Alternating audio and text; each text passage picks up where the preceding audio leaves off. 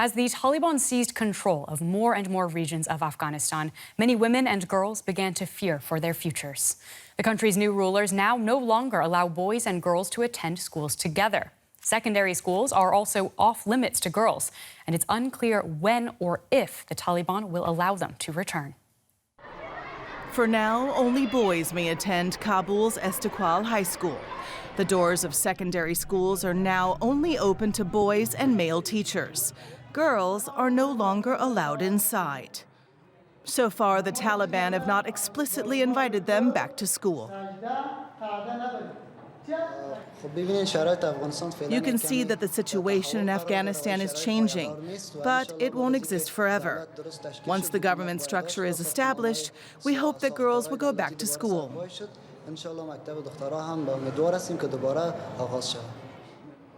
Hope aside, it is still unclear whether the measure is only temporary and secondary girls' schools will simply resume operations later. Since the end of the Taliban's previous rule in 2001, the literacy rate of women has almost doubled, but it still remains one of the lowest in the world. The education of girls has shaped a generation. The education of boys may affect a family, but the education of girls affects society. We are very closely following the matter so that girls can resume their education and complete their studies. Only elementary schools like this one in Kabul are open to girls. But classes are held separately according to gender. Only men teach boys, and only women teach girls. These girls don't want Afghanistan's new rulers to prevent them from writing their own future. I want to become successful in the future for my country so I can make it prosper. And let's get an update from journalist Franz Marti in Kabul, Afghanistan. Franz, what is the situation here? The Taliban have claimed things will be different this time from when they last ruled in the late 90s. But with these reports of girls not returning to secondary schools, what does this tell us about how credible they are?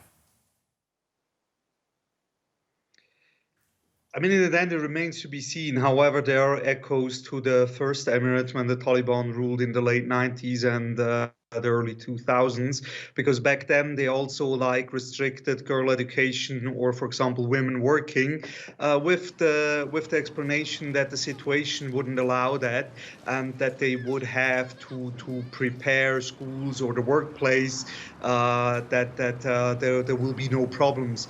And it sounds pretty much the same as in the 90s now, and there it lasted for the whole duration of the Taliban emirate for 5 years.